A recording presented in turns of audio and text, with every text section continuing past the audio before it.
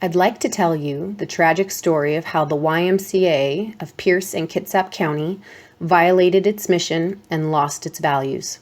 It's true, these are strong words, and this is a heartbreaking claim. How could an organization abandon such a strong mission?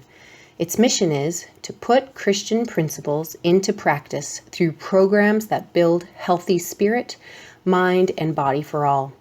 This mission seemed so important to the YMCA of Pierce and Kitsap County that it branded every single page of their website with their mission. How can an organization that posts banners in their gymnasiums that read caring, honesty, respect, and responsibility violate each of those values? I will take the next few minutes to tell you how I saw it happen before my tear-filled eyes. This is me. I've volunteered at the Y for the last 3 years in different roles, coaching soccer, teaching swim, and helping coordinate a PE program.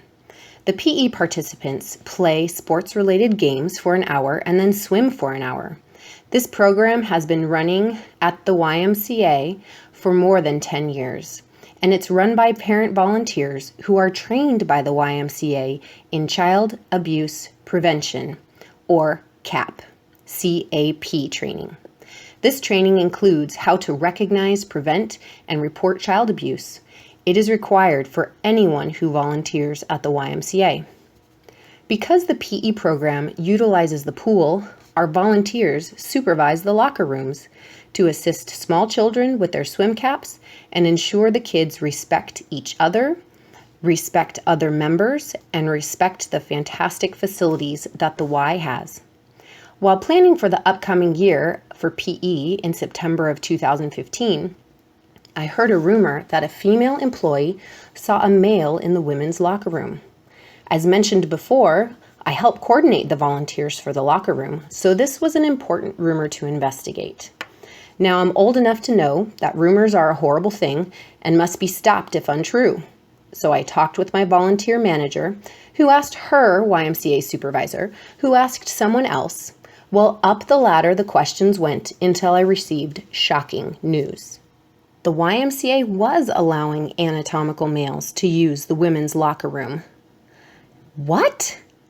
Now the kids I help lead could be subject to exposure to the opposite sex's private parts. My 8-year-old daughter could shower next to a 40-year-old male stranger, and my friend's 16-year-old daughter could be flashed by a male in the locker room while she's changing. How can this be? The Y's own CAP training says that grooming and exposure are often the first steps in child abuse. How could the Y allow this? Upon further investigation, many concerned parents found that the Y had enacted this policy in April. Do you mean that the Y enacted this policy in April, but we're just finding out about it in September? Let's see.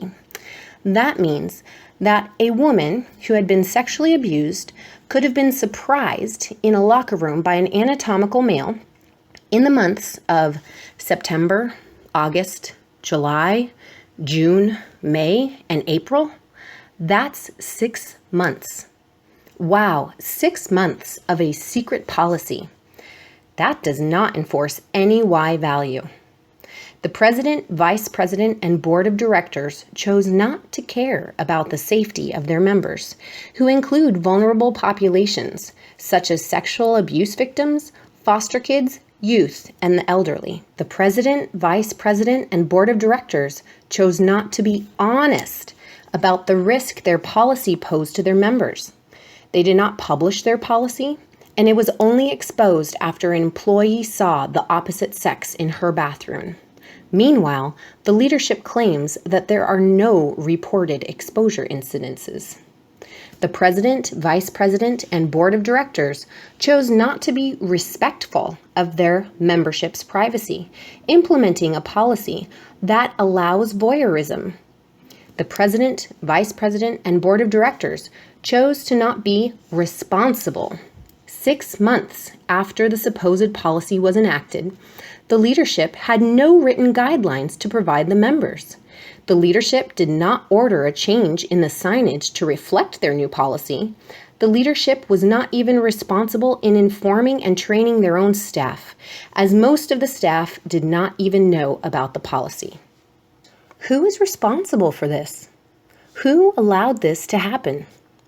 Meet your YMCA president, who makes over $500,000 a year. The senior vice president of marketing and financial development, and meet the safety and risk manager who told a concerned parent that a young child showering next to a male stranger could be considered fine art. Finally, meet the board of directors. I introduce you to these players not out of spite or anger, but out of genuine concern and accountability. The rest of this tragedy will be told in subsequent episodes. The topics will include how the Y leadership had no written policy to give members, how the Y referenced law that was not yet written, how the Y fired their communications director for speaking up about her concerns regarding the policy and the leadership's conduct, and how an unelected board of governor appointees modified the Washington Administrative Code to further this policy.